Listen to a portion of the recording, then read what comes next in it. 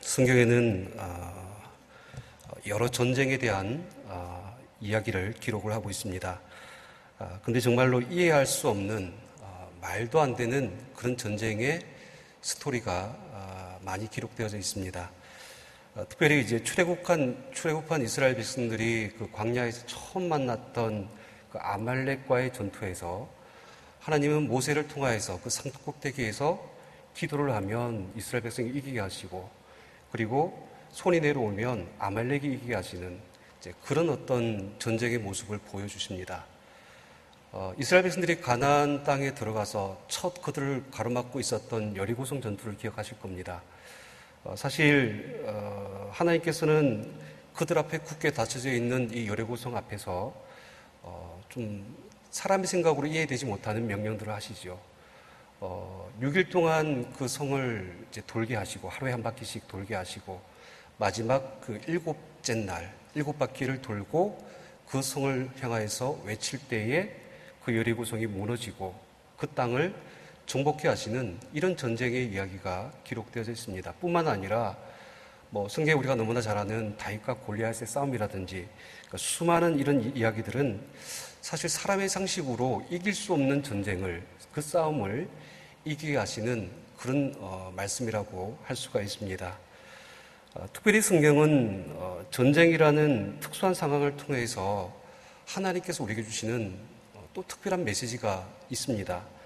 단순하게 전쟁에서 그 승리케 하시는 그 목적을 말고 그 과정을 통하여서 그 전쟁을 임하는 이스라엘 백성들에게 하나님께서 주시고자 하시는 메시지가 있었다라는 것입니다.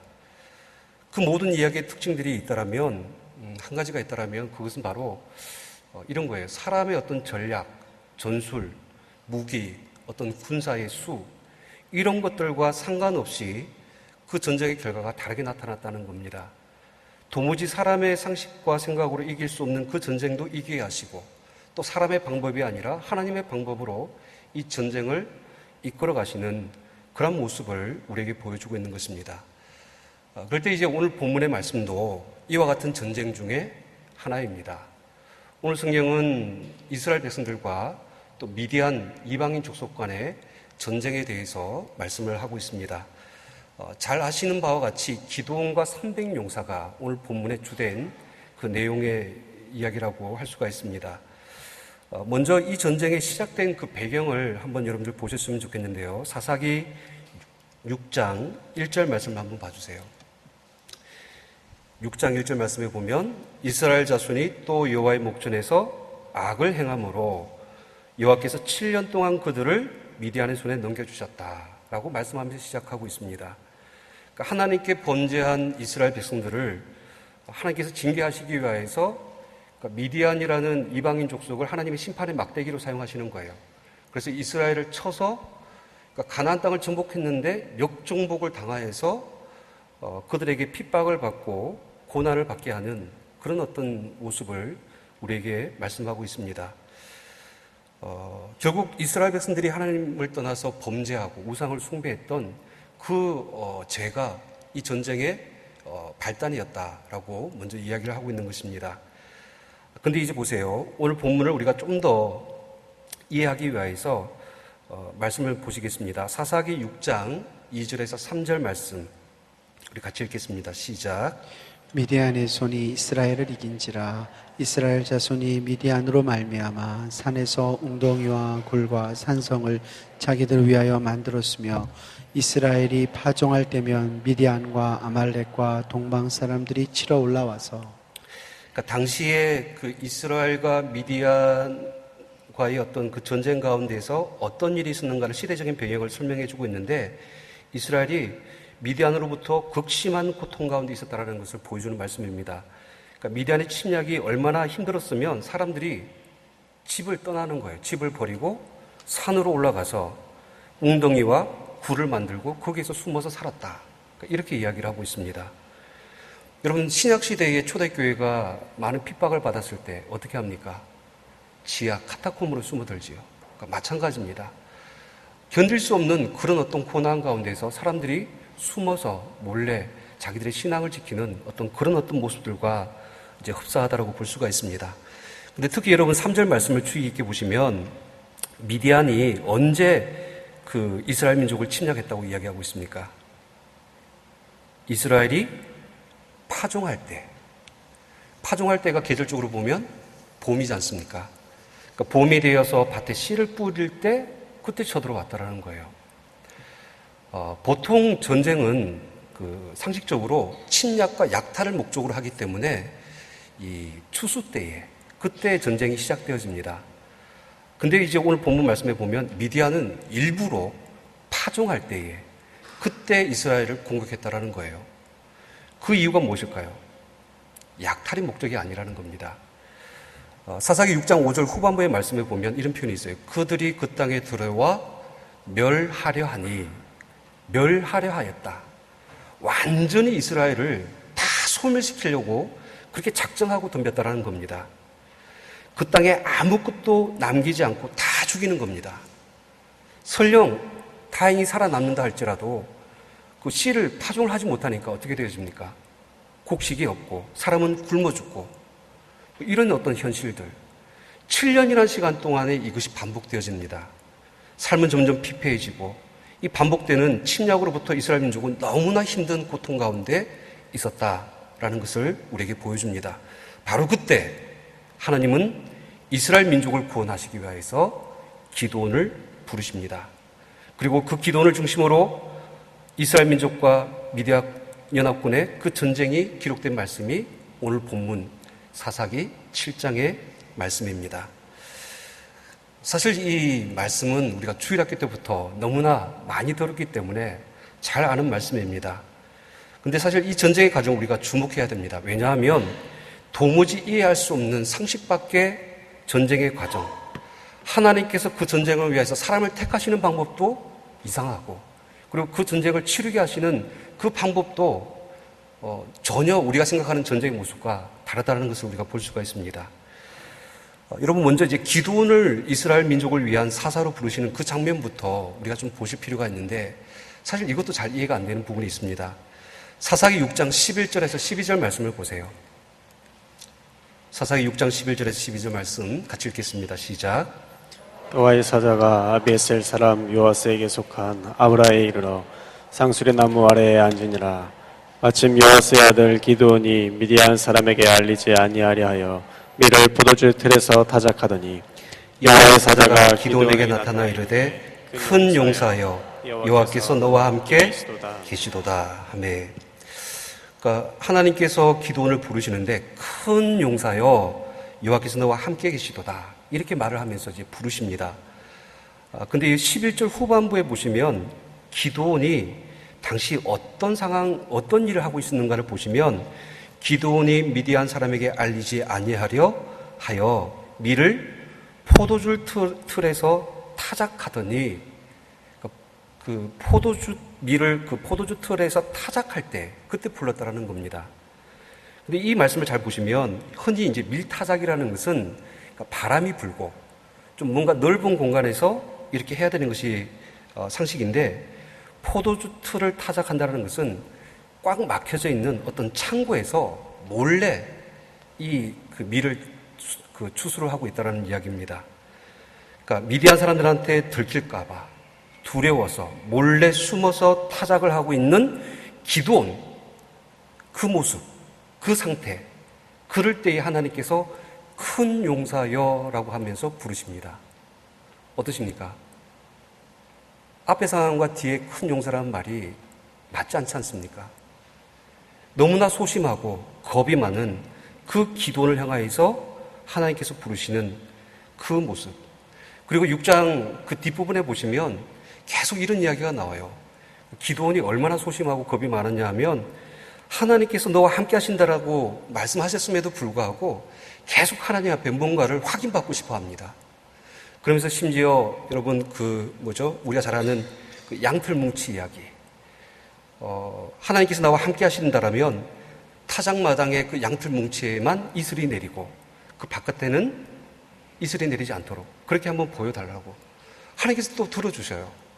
또 그럼에도 불구하고 또 믿지 못해가지고 그러면 반대로 이번에는 양털뭉치에는 이슬이 내리지 아니하고 그 바깥에만 이슬이 내리게 해달라고. 이렇게 계속해서 하나님을 의심하고 반복하여서 이 하나님을 제대로 온전히 신뢰하지 못하는 그런 모습을 보여줬던 사람이 기드온입니다. 금 많고 의심 많은 유약한 불신 가운데 있었던 기드온을 하나님께서 사사로 부르셔서 이스라엘 민족을 구원하기 위한 하나님의 도구로 사용하셨다는 것, 사실 잘 이해가 되지 않습니다. 그럼에도 불구하고 우리 하나님께서는 이 기드온을 하나님으로 도구로 사용하시기 위해서 끊임없이 말씀해 주시고 또 보여주시고 증거로 나타내시고 하나님께서 그와 함께 하심을 깨닫게 하여 주셨다라는 것입니다. 그럴 때 이제 오늘 7장 말씀도 사실은 그 연장선에 펼쳐지는 말씀이라고 할 수가 있습니다. 비록 하나님께서 기드온과 또 이스라엘 민족과 함께 하신다, 저 미디안을 그들의 손에 붙여주셨다라는 이 사실을 들었고 그 마음을 가지고 전쟁에 나가서 싸우면 되는데 여전히 그 전쟁 속에서 그들은 마음이 불편합니다. 왜냐하면 이 전쟁에 대한 승리에 대해서 확신이 없었다라는 겁니다. 그럴 때 이제 그럴 수밖에 없었던 이유들이 사실 있어요. 그 말씀을 한번 여러분들 보셨을 때에 사사기 6장 33절 말씀과 사사기 7장 12절 말씀을 이어서 같이 보도록 하겠습니다. 시작. 그때 미디안과 아말렉과 동방 사람들이 다 함께 모여 요단강을 건너와서 이스라엘 골짜기에 진을 친지라. 미디안과 아말렉과 동방의 모든 사람들이 골짜기에 누워 있는데 메뚜기의 많은 수와 같고 그들의 낙타에는 수가 많아 해변의 모래가 많은 같았지라. 여러분, 그러니까 이스라엘 백성들을 향해서 쳐들어왔던 미디안과 아말렉과 동방 사람들의 수가 얼마나 많았는지 메뚜기와 같았다. 그리고 낙타수도 바다의 그 모래처럼 많았다. 바다를 덮을 정도로 그렇게 엄청난 숫자적인 차이가 있었다라고 이야기합니다. 사사기 8장 10절 말씀에 보면 여러분, 이 전쟁에 임한 미디안 군대의 수를 정확하게 알 수가 있습니다. 계산을 해보면 약 13만 5천 명입니다. 13만 5천 명이라는 대군이 그들 앞에 싸우기 위해서 지금 진을 치고 있는 거예요. 근데 문제는 이 기드온이 미디안 군대와 맞서서 이 전쟁을 향하여서 불러 모은 이스라엘 백성들의 수가 얼마일까요? 오늘 말씀 사사기 7장 3절 말씀 보세요. 정확하게 나오진 않는데 계산을 이렇게 할 수가 있습니다. 그러니까 하나님께서 두렵고 떨리는 자를 돌아가라고 하시면서 돌아간 사람이 몇 명입니까? 2만 2천 명. 남은 자가 10,000명. 그러면 처음에 불러 모았던 사람들이 몇 명입니까? 3만 2천 명. 즉 13만 5천 명과 3만 2천 명 간의 전쟁. 4배의 차이가 나는 거예요. 4대 1의 싸움입니다. 그럼에도 불구하고 사실 당연히 이제 기드온의 마음은 불안할 수밖에 없는 것입니다. 과연 이 정도의 사람으로 싸울 수 있을까? 더 필요하지 않을까? 부족하지 않은가? 이 정도로는 될 수 있을까?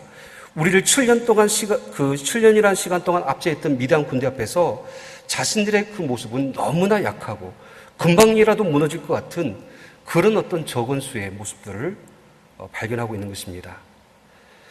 아마 기드온에게 있어서 한 명이라도 더 싸울 수 있는 그 사람이 더 간절했으리라고 생각이 되어집니다.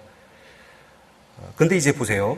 이런 기드온의 마음, 간절한 어떤 그 생각과 달리 오늘 사사기 7장 2절 말씀에 보시면 하나님께서 뭐라고 말씀하시는가를 보시기 바랍니다.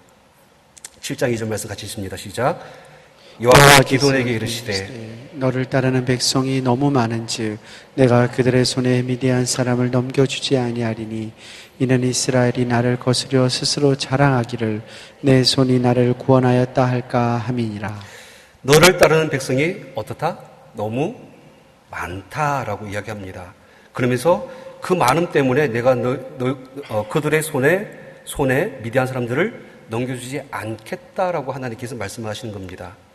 이것이 이제 하나님의 생각입니다. 기도는 너무나 부족합니다. 없습니다. 이 정도 수로는 안 됩니다라고 이야기하지만은 하나님은 많다라고 이야기하는 겁니다. 그러면서 하나님께서 이제 명령을 하시는 거죠. 사사기 7장 3절 말씀, 이제 너는 백성의 귀에 외쳐 이르기를 누구든지 두려워 떠는 자는 길앗을 떠나 돌아가라 하라 하시니 이에 돌아간 백성이 2만 2천 명이요 남은 자가 10,000명이었더라. 그러니까 결과론적으로 여러분 이제 10,000명만 남았습니다. 13만 5천 대 10,000명.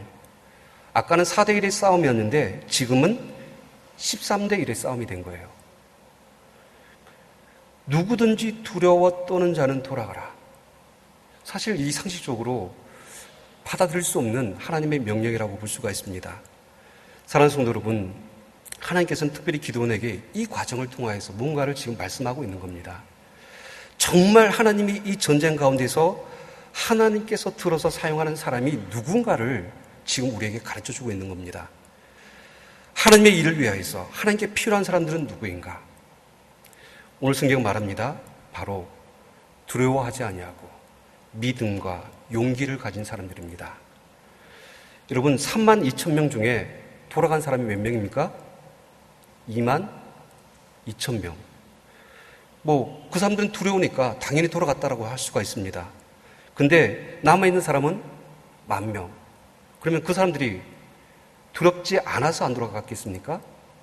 아니라는 것이죠. 심지어 아까 말씀드렸던 기드온의 그 소심함과 겁많은 모습들을 한번 기억해 보시기 바랍니다. 지도자인 그 기드온도 아마 이야기를 들었을 때 가장 먼저 도망치고 싶었을 그런 어떤 마음이었을 것입니다. 하지만 하나님께서는 표면적으로 보면 전쟁과 죽음과 패배의 두려움에 사로잡혀서 겁쟁이는 다 돌아가고 두려움이 없는 용감한 사람들만 남아있는 것처럼 보지만은 그 자리에 있었던 누구나 다 이 전쟁 앞에서 두려움을 가지고 있었다는 겁니다. 그럼에도 불구하고 그 많은 미대한 군대 앞에서 두려워하지 아니하고 남아있는 사람들은 어떤 사람들입니까? 그들의 어떤 궁극적인 차이점이 무엇입니까? 바로 믿음과 용기입니다. 여러분, 믿음은 용기입니다. 용기란 것이 무엇인지 아십니까? 용기 있는 사람도 사실 누구나 똑같이 주어진 두려움을 다 느낍니다. 하지만 어떠한 상황 가운데서도 그 상황으로부터 오는 두려움과 불안과 그 불확실함 앞에서 내가 포기하지 않냐고 굴복하지 않고 극복하는 것이 바로 믿음이고 용기입니다. 사람은 문제를 만나고 어려운 어떤 상황 가운데 놓이면 피하고 도망가려고 하는 그런 습성이 있습니다. 하지만 그 앞에서 용기를 가지고 부딪혀 보기로 결심한 사람, 부정적인 결과와 실패를 두려워하는 것이 아니라 하나님을 의지하고 신뢰함으로 정면으로 부딪혀 보기로 결심하는 자, 바로 이런 사람이 용기 있는 사람이고 하나님께서 들어서 사용하는 사람인 줄 믿으시길 바랍니다. 다윗이 시편 23편에 고백하지 않습니까? 내가 비록 사망의 음침한 골짜기를 다닐지라도 해를 두려워하지 않을 것은 주께서 나와 함께 하심이라. 죄의 지팡이와 막대기가 나를 안위하시나이다. 그러니까 다윗은 사망의 음침한 골짜기를 피해가게 해달라고 기도하지 않습니다. 도망치지 않습니다. 그 골짜기를 다닐지라도 두려워하지 않는다라고 말을 하는 것이죠. 그 이유가 뭡니까? 주께서 나와 함께 하심을 믿기 때문인 것입니다. 바로 용기는 하나님을 향한 신실한 그 믿음에서 나오는 것입니다. 사망의 음침한 골짜기를 피하지 아니하고 정면으로 돌파해 나가는 사람, 바로 이러한 사람이 하나님께서 들어서 사용하시는 사람인 줄 믿으시길 바랍니다. 여러분, 두려움은요 자꾸 우리를 작게 만듭니다. 상황 앞에서, 문제 앞에서 이 두려움은 우리는 할 수 없는 자, 연약한 자, 이렇게 만들고 맙니다. 하지만 용기라는 것은 두려움, 그리고 우리의 연약함, 그리고 어떻게 할 수 없는 그 망설임, 불확신 앞에서 더 크신, 그 상황보다 더 뛰어나신 하나님을 바라보게 하는 믿음이 바로 용기인 줄 믿으시길 바랍니다. 계속해서 말씀을 보시면 이제 하나님께서는 3만 2천 명에서 너무나 많다고 하시면서 10,000명을 줄이신 하나님께서 여기서 끝나면 좋겠지만 한 번 더 나아갑니다. 사사기 7장 4절 말씀 우리 같이 읽도록 하겠습니다. 시작.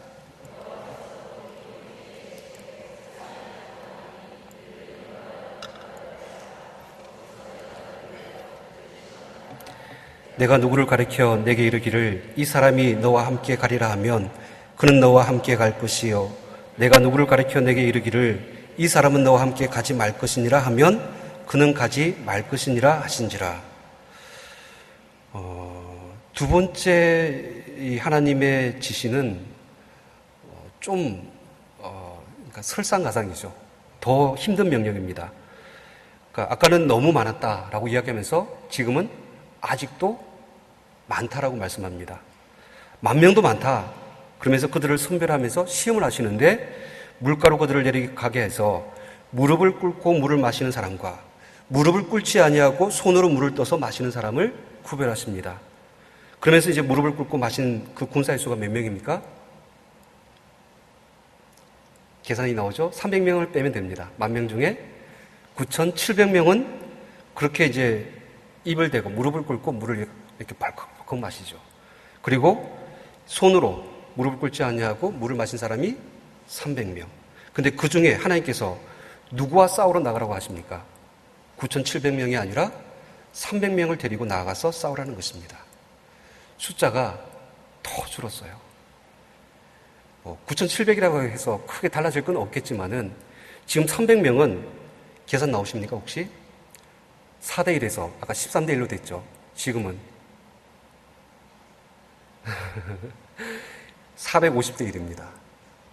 자, 450대1 한번 맞짱 한번 또 보시겠습니까? 도저히 할 수 없는 싸움을 지금 하나님께서 몰고 가시는 겁니다. 결국 하나님께서는 그 300명의 용사를 택하셔서 그 남은 자들로 이 싸움에 나가게 하십니다. 저는 사실 이 말씀을 가지고 계속해서 묵상하면서 특별히 하나님께서 이 300명을 택하신 이유가 있겠거니라고 해서 계속해서 말씀을 찾았습니다. 근데 여러분 300명을 택하신 하나님의 이유가 사실 성경에 찾아보려고 했는데 없어요. 기존에 우리가 알고 있는 그 300명에 대한 이해가 있습니다. 많은 성사학자들과 이 주석을 통해서 이야기하는 여러 가지 근거들이 있어요. 뭐냐면 이 300명은 어떤 사람들이었느냐라고 하면서 이들은 무릎을 꿇지 않았다. 이런 표현을 사용하면서 세상에 무릎 꿇지 아니하는 오직 하나님께만 무릎 꿇은 정말 정예 중에 정예, 소수 정예, 정말 뛰어난 어떤 전투 능력을 가지고 있는 그 군사 중에 군사였다. 그래서 하나님께서 그들을 뽑았다. 이런 어떤 견해를 주장하는 사람들도 있습니다. 또 반면에 그 전쟁을 앞두고 목마름에 허겁지겁하면서 물을 이렇게 그 입으로 이렇게 대고 마신 사람들이 아니라 손으로 마셨잖아요. 그러니까 전쟁을 임하면서 적들 앞에서 항상 경계를 하면서 근신하면서 깨어 있으면서 이 전쟁을 준비하고 있는 자들, 그렇기 때문에 그들의 어떤 준비된 그 태도를 보시고 하나님께서 그 300명을 뽑으셨다. 이런 어떤 견해를 주장하는 그 학자들도 있습니다. 다 사실 일리가 있는 말씀이에요. 근거가 있습니다. 하지만 오늘 성경에 보면 왜 하나님께서 300명을 택하셨는지 그 사실이 정확하지 않아요. 하나님께서는 보세요. 여러분 7장 4절 말씀에 후반부의 말씀을 보셔야 돼요. 내가 너희를 위하여 그들을 시험하리라. 그 다음에 나오는 말씀을 보세요. 내가 누구를 가르쳐 내게 이르기를 이 사람이 너와 함께 가리라 하면 그는 너희와 함께 갈 것이요. 내가 누구를 가르쳐 내게 이르기를 이 사람은 너와 함께 가지 말 것이니라 하면 그는 가지 말 것이니라. 그러니까 하나님은 9,700명을 택할 수도 있었고 300명을 택할 수도 있었다라는 거예요. 어느 것도 다 하나님께서 선택이 가능하셨다는 겁니다. 굳이 300명이어야 될 이유는 없었다는 겁니다. 그럼에도 불구하고 우리가 이제 오늘 본문 속에서 좀 이렇게 이유를 찾는다라면 이런 것이 있을 수 있습니다. 이 300명은 9,700명보다 더 적은 수이다라는 것이죠. 앞서서 하나님께서 32,000에서 10,000명으로, 10,000명에서 300명으로 만드는 과정에서 두 번 말씀하셨잖아요. 너무 많다. 아직도 많다. 하나님께서 이 전쟁을 통하여서 이야기하시는 것은 계속해서 많다라는 거예요. 그래서 더 적은 수를 계속해서 말씀하셨다는 것입니다. 그런데 이제 그 어떤 적은 수를 하나님께서 굳이 선택하신 이유를 우리가 그 이유를 찾을 수 있는 말씀이 하나 있습니다. 여러분 앞서 읽었는데 사사기 7장 2절 말씀 한번 봐주시기 바랍니다. 7장 2절 말씀 같이 읽습니다. 시작.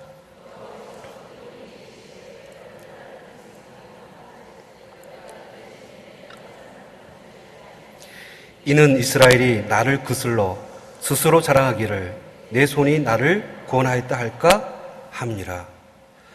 그러니까 하나님께서 백성의 수가 너무 많아서 미디안을 너희 손에 넘겨주지 않겠다고 하시면서 그 이유를 말씀하실 때에 이스라엘이 나를 거슬러 스스로 자랑하기를 내 손이 나를 구원하였다 할까 싶어서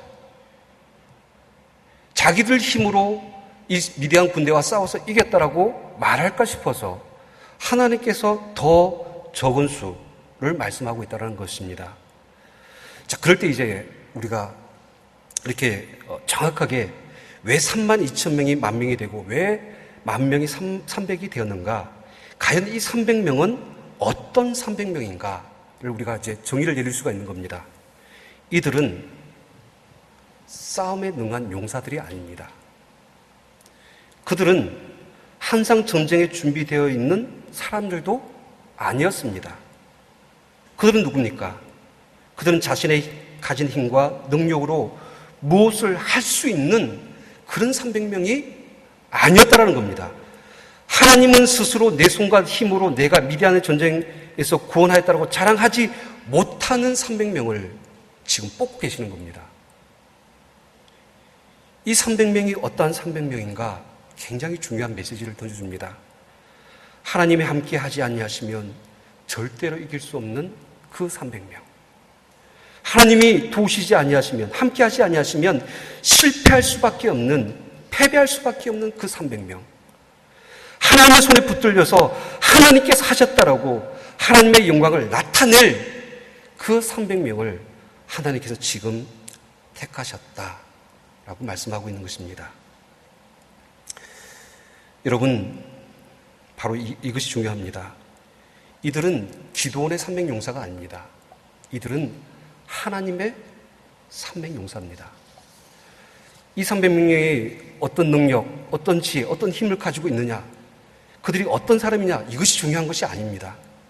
하나님께서 하나님의 일을 위하여서 하나님의 손에 붙들어 쓰실 그 누군가가 필요했고 그 사람의 입을 통하여서 그들을 구원하신 분이 하나님이시다.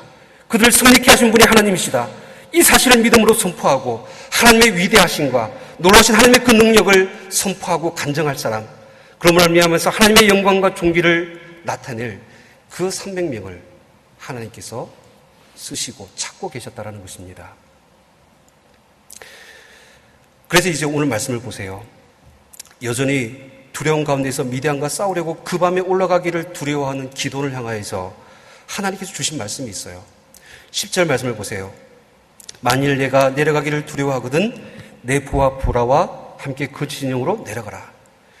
적진에 내려가서 기도를 통하여서 뭔가 그 적진의 모습들을 두 사람만 살피게 하시는데 그 내려간 그곳에서 미디안의 군사가 자신이 꾼 꿈에 대해서 친구와 함께 나누는 그 대화의 내용을 듣게 하시는 내용이 본문에 기록되어져 있습니다.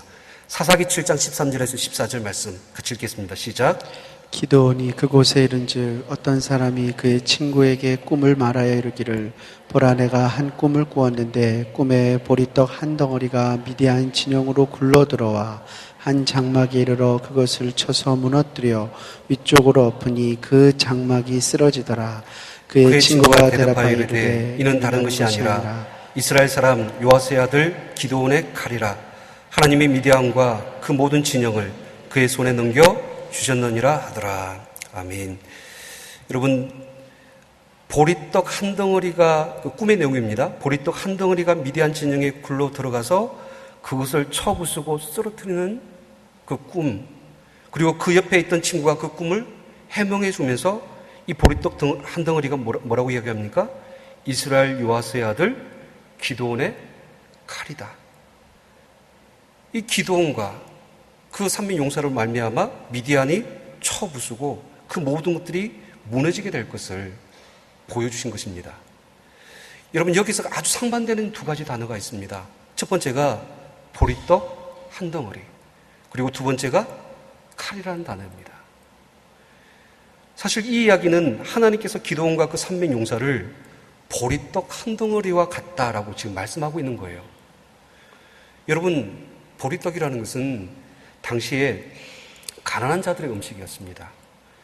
그러니까 평소에는 사람들이 찾지 않아요. 넉넉하고 먹을 것이 풍부하면 사람들이 먹지 않는 음식, 거들떠 보지도 않는 그런 것이 사실 보리떡입니다. 이렇게 사람들이 하찮게 여기는 그 음식을 빗대어서 지금 이스라엘 민족의 그 기도원과 그 300용사를 이야기를 하고 있는 것입니다. 바로 그들을 들어서 하나님께서 무엇으로 사용하신다고요? 칼로 미디안을 물리치게 하시는 하나님의 그 도구로 사용하셨다라는 것입니다. 사실 기도원과 300용사가 한 일이라고는 그 직전에 들어가서 무슨 일을 합니까? 막 칼로 휘젓고 싸웁니까? 아니에요. 항아리를 들고 가서 항아리를 깨트리고 횃불을 들고 소리를 치고 사실 너무나 보잘것없는 그 싸움을 합니다. 하지만 그 모든 것들을 통하여서 보리떡과 같은 그 인생들을 통하여서 하나님께서 그 전쟁에서 승리케 해주시는 것이죠. 이것이 바로 하나님께서 우리에게 보여주시는 보리떡의 역사입니다. 사랑하는 성도 여러분, 저와 여러분도 보리떡 한 덩어리와 같은 인생임을 잊지 않으시길 바랍니다. 정말 하나님께서 찾으시는 기도원의 그 300용사는 어떤 사람인가?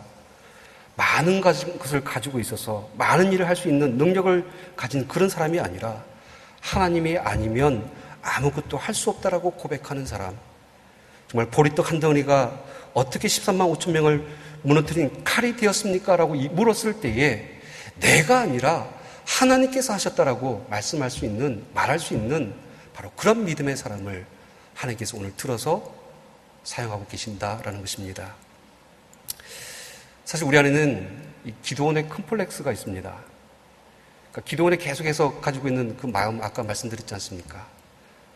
부족하다, 더 많아야 된다, 한 사람이라도 더 전쟁에 더 필요하다, 이런 생각을 가지고 있어요. 끊임없이 나는 부족하다라고 생각하는데 하나님께서는 더 많다라고 이야기하시고, 나는 더 필요하다라고 생각하는데 하나님은 아직도 더 많다라고 말씀하시고, 내 생각으로는 부족하기 때문에 이 문제를 내 힘으로 어떻게 할 수 없다라고 이야기하지만은 하나님께서는 그 보리떡과 같은 그 인생들을 통해서 할 수 있다라고 말씀하시는 이 이야기를 우리가 바라보면서 내가 무엇인가 있어야지만, 내가 무언가 갖춰줘야지만, 내가 무언가 할 수 있는 힘이 있어야지만 하나님을 위해서 일을 할 수 있는 것이 아니라 온전히 하나님께 보리떡 한 덩어리와 같이 들어줘야지만 하나님의 쓰심에 합당한 저와 여러분들이 되실 줄 믿으시길 바랍니다. 보리떡 한 덩어리와 같은 진정한 300용사가 되시기를 주님의 이름으로 축원드립니다. 우리 함께 통성으로 기도하겠습니다. 이 시간 주신 말씀을 기억하면서 하나님, 우리의 인생이 하나님께 보리떡 한 덩어리와 같은 인생임을 주님 앞에 기억하기를 원합니다. 하나님께서 우리를 들어서 쓰시기를 원합니다. 하나님께서 우리를 들어서 하나님의 귀한 일들을 맡겨주셨고 또 하나님께서 영적인 이 전쟁 가운데서 승리케 하기를 원하시는데 하나님, 때로는 우리가 부족하여서 없어서 더 많은 것들이 필요해서 우리가 이 싸움을 할 수 없다라고 우리는 날마다 우리의 부족함을 주님 앞에 고백하고 또 그것을 주님 앞에 이야기합니다. 하지만 정말 우리가 아무것도 할 수 없는 존재, 하지만 하나님께서 붙들어 주셔서 들어서 사용만 하여 주시면 모든 것들을 할 수 있는 그런 하나님의 칼이 되어줄 줄 믿는 믿음의 사람들이 다 되어줄 수 있도록 인도하여 주시옵소서. 함께 동성으로 기도하겠습니다. 하나님 아버지, 우리 안에 영적인 전쟁 앞에서, 우리의 많은 수많은 어려움 앞에서 우리가 하나님 앞에 귀하게 들어서 쓰임받기를 원하고 하나님의 선한 일들을 위하여서, 그리스도의 복음을 위하여서, 이 시대에 우리에게 맡기신 하나님의 귀한 직분을 위하여서 우리가 귀하게 감당하기를 원하지만 때로는 하나님, 우리가 정말로 없어서 부족해서 아버지는 모자라서 우리의 어떤 변명과 우리의 어떤 아버지는 이유를 가지고 하나님의 일 앞에 우리가 담대하게 용기 있게 나서지 못하는 우리의 모습들을 바라봅니다. 아버지 하나님, 다시 한번 우리가 주님 앞에서 보리떡 한 덩어리와 같은 인생임을 기억하며 아무리 부족하고 연약하고 하찮은 인생이라 할지라도, 아무리 연약한 정말로 아무것도 아닌 존재라 할지라도 하나님의 손이 붙들리기만 하면, 하나님께서 들어서 사용하시기만 하면 오직 주님께서 우리 가운데 역사하실 때에 우리가 모든 것들을 다 할 수 있으며 능히 이겨서 넉넉히 승리할 수 있음을 믿는 그런 믿음의 고백을 가지고 또 믿음으로 선포할 수 있는 자가 된다면 하나님께서 우리를 귀하게 들어서 사용해 주실 줄 믿습니다. 이런 보리떡 한 덩어리와 같은 믿음의 사람들, 기도원의 300용사와 같은 주의 백성들 될 수 있도록 인도하여 주시옵소서. 계속해서 기도합니다. 특별히 나라와 민족을 위하여서 기도하여 주시고, 또 저 북녘의 땅에 그리스도의 복음으로, 하나님의 말씀으로, 또 주님을 믿는 이 믿음 가운데 남과 북이 평화 통일되어지고 저 땅이 복음화되어질 수 있도록 기도해 주시길 바랍니다. 우리 교회에 주신 만천백의 비전을 속히 허락하여 주시고, 또 세우신 담임 목사님 하나님께서 영적으로 영육간에 강건케 하여 주시옵시고, 주님의 귀한 일들을 더 능력있게 감당할 수 있도록 갑절의 영감을 부어주시옵시고, 더 크신 하나님의 은혜와 능력으로 붙잡아 주시옵소서. 우리 교학교, 여름성경학교, 또 수련회 단기성 결정이 진행 중에 있습니다. 우리 모든 학생들과 우리 자녀들에게 이 여름에 말씀으로 도전받고 변화받는 귀한 은혜의 시간을 허락하여 주시옵시고, 또 제3기 전도훈련 여행팀을 위하여서, 병정에 있는 환우들을 위하여서, 오늘 또 주간에서 예배를 드리는 터키 지역을 위하여서 우리 함께 통성으로 기도하겠습니다. 살아계신 하나님 아버지, 이 나라의 민족을 위하여서 하나님 앞에 기도드립니다. 이 시간 우리가 합심하여서 이 나라의 민족을 위하여서 기도할 때에 하나님께서 긍휼히 여겨주시고 불쌍히 여기셔서 이 나라의 민족을 통하여서 하나님의 뜻이, 또 하나님의 계획과 하나님의 그 생각과 뜻이 온전히 이루어지기를 원합니다. 하나님의 거룩한 제사장 나라, 하나님의 거룩한 백성이 되어지기를 원합니다. 이 땅의 우상들은 무너지고 오직 하나님을 경외하고 하나님을 신뢰하며 하나님을 믿는 하나님의 거룩한 백성이 되어줄 수 있도록 주 인도하여 주시옵소서. 이라는 우리 천안교회를 세워주셔서 이 땅에 하나님의 복음의 등불을 밝게 하여 주십시고, 이 천안과 아산 지역에 하나님의 구원의 방주로서 세워주셨음을 믿습니다. 하나님, 우리가 다시 한 번 더 만천백의 비전을 가지고 주님 앞에 열심을 품고 나아가서 믿지 않는 영혼들에게 그리스도의 복음을 선포하며 믿는 자의 수를 더해 나가며 뜨거우신 하나님의 부흥의 역사를 이루어 나갈 수 있도록 주의 인도하여 주시옵소서. 우리 세우신 담임 목사님 늘 영역관에 강건케 하여 주시옵시고, 피곤치 않도록 붙들어 주시옵시고, 하나님의 늘 은혜의 장중에 붙들어 주셔서 온전히 하나님의 선하시고 기뻐하시고 온전하신 뜻을 이루어나가게 부족함이 없도록 더 크신 하나님의 권능의 손으로 붙잡아 주시옵소서. 교학교 여름 일정 가운데 있습니다. 하나님, 모든 성경학교와 수련회와 단기성 결정 가운데 주님께서 동행하여 주옵시고, 우리 자녀를 통하여서 다음 세대에 주님의 말씀으로 불을 듯이 일어나는 놀라운 은혜의 역사를 허락하여 주시옵소서. 3기 전도 여행팀 가운데 주님께서 함께해 주시고 보호해 주시옵시고, 그들이 하나님 받는 모든 땅 가운데 그리스도의 복음이 선포되어지고 하나님의 교회가 세워지게 하여 주시옵시고, 믿지 않는 영혼들이 돌아오는 놀라운 은혜의 역사를 허락하여 주시옵소서. 병중에 있는 환우를 주님께서 만지시고 치유하여 주시고 고쳐주시옵시고, 아픈 가운데 고통 가운데 신음하는 영혼들 예수 그리스도의 피 묻은 손으로 만져주실 때에 모든 질병과 병만은 떠나가게 하여 주시옵시고, 오직 주님의 이름을 구하고 아버지는 주님 앞에 간구하는 모든 심령들마다 하나님의 은혜를 더 느끼게 하여 주시옵소서. 오늘 특히 지역으로 하나님 앞에 주관해서 예배를 드립니다. 사랑, 우리 특히 지역을 통해서 날마다 모이게 힘쓰며 하나님의 선한 일들을 날마다 더 힘써서 도모하며 더 크신 하나님의 믿음의 역사를 이루어 나갈 수 있도록 주인도하여 주시옵소서.